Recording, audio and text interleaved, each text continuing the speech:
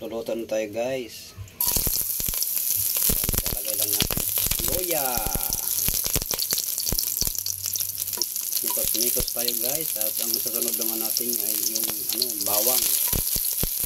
Mikos-mikos. Yung susunod naman natin guys ay ang sibuyas. Mikos-mikos ulit guys.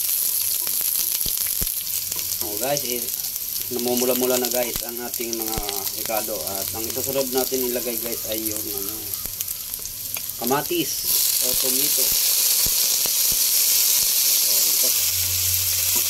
Ilagay na natin guys yung ating mikos-mikos mga idol. Mikos-mikos lang. Paluin lang natin ang bahagya. Lagyan natin ng tubig guys. Lagyan natin ng tubig. Isang baso lang muna guys. Pakuluan lang natin ito guys. Balikan natin ng mamaya after 10 minutes.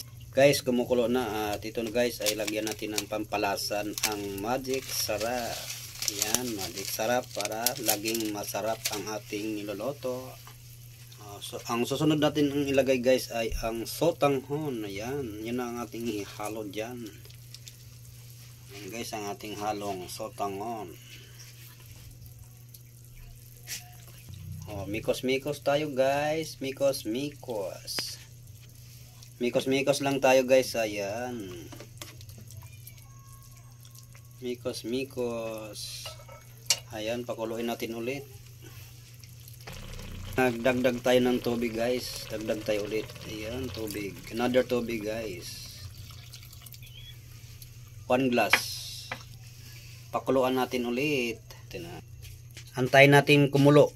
So, maglagay tayo ng asin guys. Asin mo. Ayan, pampalasa din. Okay guys. Next guys, ang gulay sa bakuran.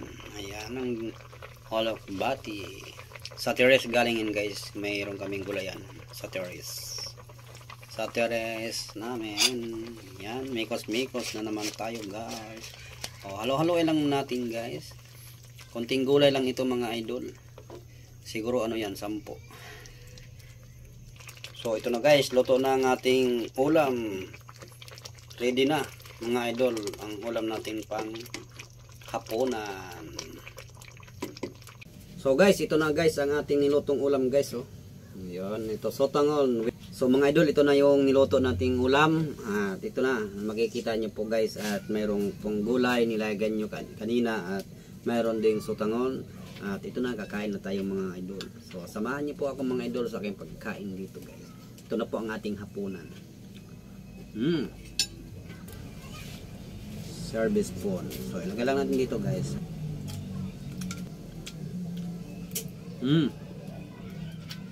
Yummy mga idol.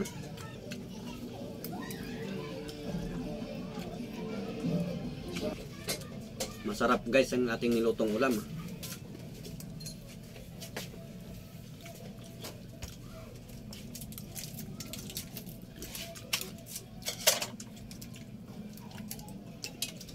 Diyan natuyo na yung sabaw guys.